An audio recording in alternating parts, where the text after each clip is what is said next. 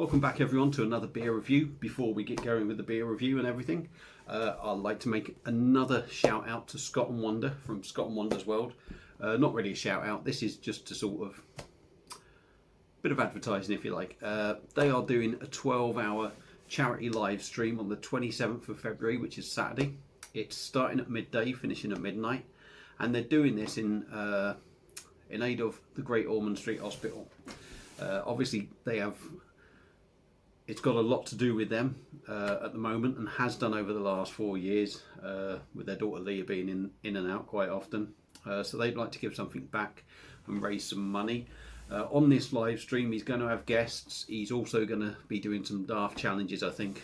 Maybe doing things like cutting his hair off or something, I don't know. He's doing a lot of daft things. He's got a lot of guests on there. So anyone that wants to go along and watch for half an hour or something, or wants to go along and have a good 12-hour session, maybe go and join them.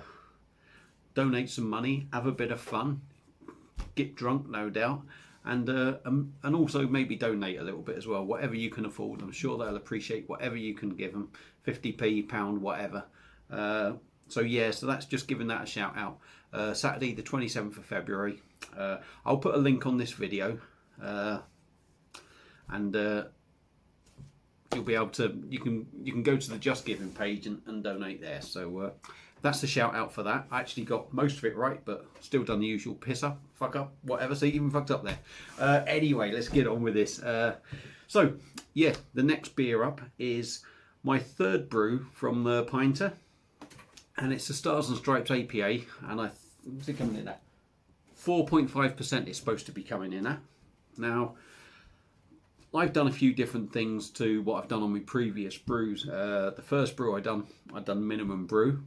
The second brew I've done the maximum brewing time. On this one, I've used warm water to hopefully activate the yeast when I've put everything in the Pinter, to get it going a bit better. I've also dissolved 100 grams of sugar in there, so hopefully it's going to boost the percentage a bit more. I also brewed it for 8 days, which I think is an extra day on top of their maximum amount. I think I brewed for 8 days. I've done 1 day cold crashing, which is basically keeping the dock on but putting it in the fridge, or in my case I chucked it outside, and then I've done 10 days conditioning. So this is all new for me. I have no idea what it's going to turn out like. This time I won't be doing a video of the pour because the pint is in the fridge in the kitchen, so I'm just going to do a pour. I know I've done it before, set up everything, but I can't be arsed with that. So I'm going to shoot off in a minute, do the pour. I'm not going to drain any off or nothing. It's just going to be the very first drink that comes out. I'm not going to wait for the head to settle or anything. If there is a head, hopefully everything's all right. And we'll just get on with the review. So any second now, I'll be back. See you in a minute. So we're back now. Very interesting actually. I will say I've got the new tap for it.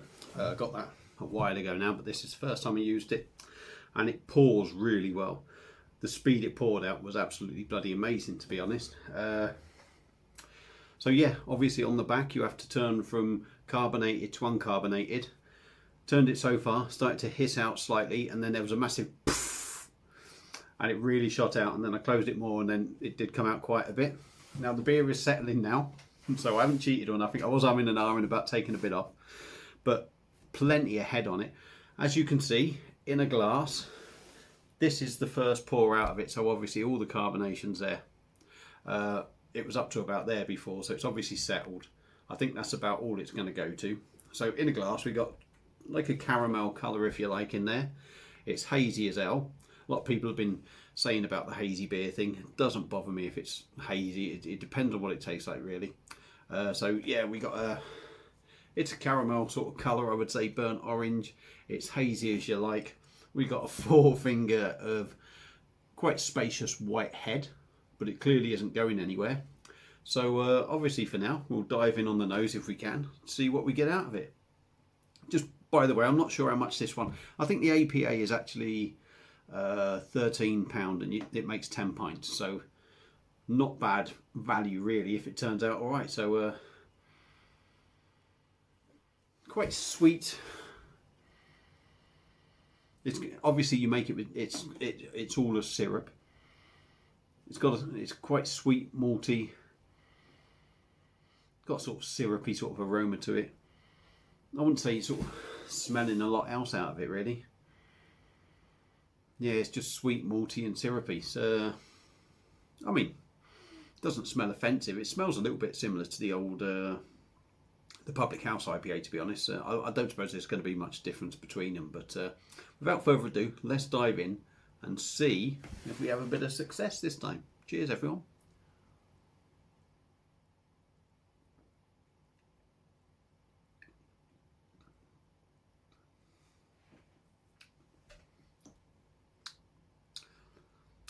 Actually, it's not too bad, that. First impression for me, what I got was I actually felt like it had a bit of alcohol to it. I don't suppose it's going to be over strong. I don't know. Hopefully it's improved it.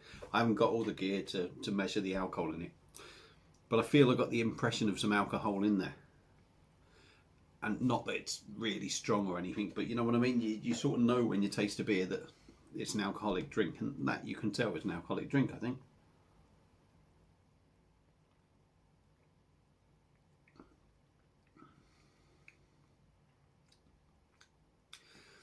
It is thin in body, there's no denying that. Very light to drink, but at 4.5%, I suppose it's not going to be overly big on the body.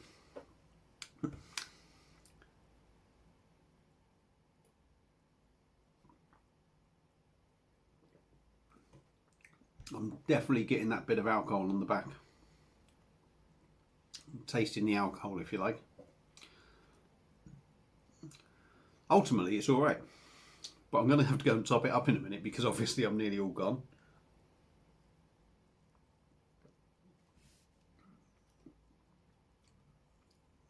Malty. A bit of sweetness to it. Like I say, you can tell there's a bit of alcohol in there. It says mild bitterness. Now what I'm going to do is, obviously this is nearly all gone. I'm going to pause the video again and I'll go and pour another one and we'll see what else we get out of it. But at the moment, it seems all right. Sweet, malty, a hint of bitterness, very light in, very easy to drink, thin in the body. Nicely carbonated though, not too much carbonation. So you're going to have to bear with me, guys. I'm going to have to go and crack some more and then come back and carry on, sorry. I'm back again. And yes, I rinsed the glass out. That is a fresh glass, clean. And it's still humongous. You can't moan about the carbonation in that. Still really hazy. Like I say, where was I? Thinnish in body, malty, sweet.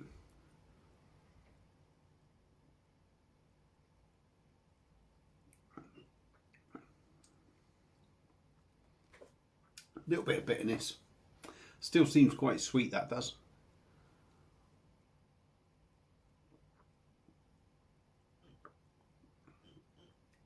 Now I'm getting a bit more bitterness on the back. I think it's all right. That's quite tasty actually. I'm not picking a lot of different notes up really. If I'm totally honest, it's, how can I say it? Now getting a bit of bitterness on the back. Bit more bitterness on the back because this review's gone on for a while. What I'm going to say is I do quite enjoy it. I think this has been quite successful. Obviously it's still very lively. There was a huge amount of carbonation that come out when I turned the carbonation dial. It just went so it's quite hard pouring a beer at the moment. I probably need a different style glass maybe, but excuse me. But I'm quite impressed. A little bit limited on the flavours. Reminds me really of a sort of supermarket bottled ale, you know, like, you know, your Morrison sort of Asda, Sainsbury's, Tesco sort of thing, you know, like a 4 for 6 thing.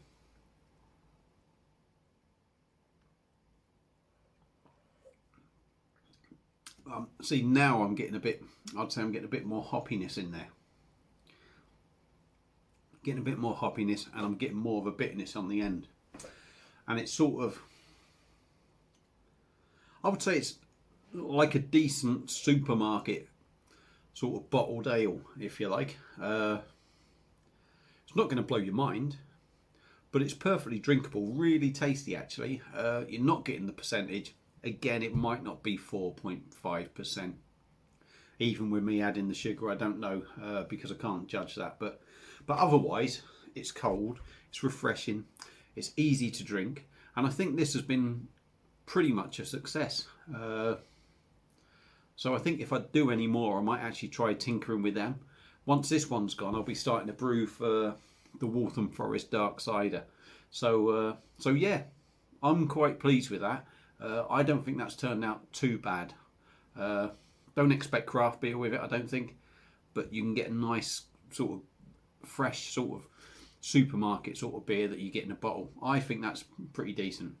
If I have one downside, I would say maybe, it might not even be a downside. Everyone complained about how slow the tap was before, so they brought out these fast flow ones, and I actually think it comes out so fast because it is well carbonated that